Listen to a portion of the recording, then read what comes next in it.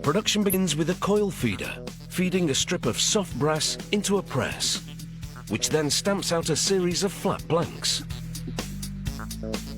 The press also punches 2 guide holes that will be used to position the blanks during the next stage of production, where the left and right eyepiece are formed. A further press then refines these blanks, after which the centre hole is stamped out. Holes to stitch a leather face pad to the eyepiece are then punched out. A different press then pierces stitching holes that run along the side of the frame. Because of the machinery's age, the distance between the holes has become slightly uneven. Next, a nose bridge bracket is placed on a rivet shaft. After positioning an eyepiece on top, the two are riveted together.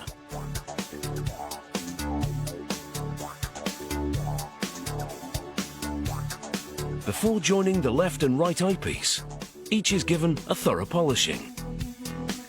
This is a 2-step process starting with an operation called scurfing, which prepares the surface, followed by a polishing with a special compound.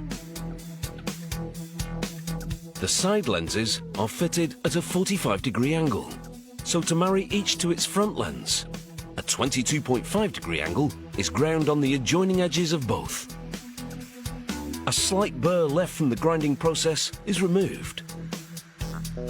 These lenses are made of shatterproof laminate for safety reasons.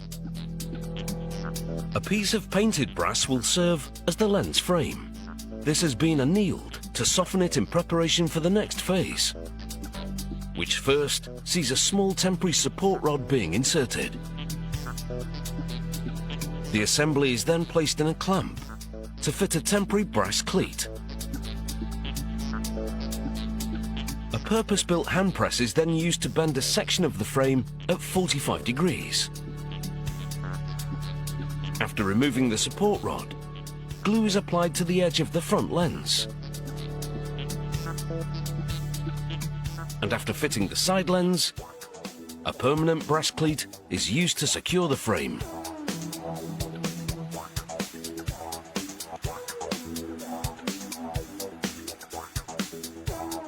The eyepieces are now ready for the next stage of production, which will see them being attached to a leather face pad. This is made from lamb nappa leather and is produced by first stamping out the required pieces using a die and press. The top and bottom layer of the face pad are then stitched together. The gap between each stitch is 1.5 millimeters. This ensures that the join is both secure and that the stitching doesn't over-perforate the leather. Next, the padding is sewn into place using this specialized machine and an overlocking stitch. This is a difficult operation, and it takes up to 7 months of training to be able to become truly proficient at it.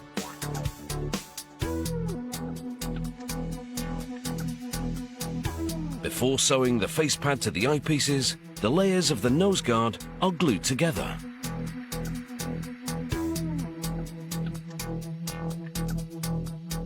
After letting the glue cure for a few hours, the eyepieces are then stitched by hand to the face pad.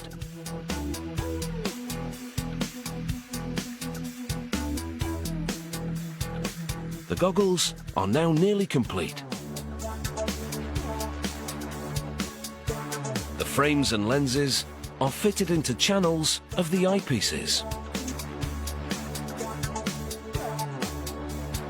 And then finally, the headband is attached using clips, which also lock the lenses in place. And with that, it's chocks away and on your bike.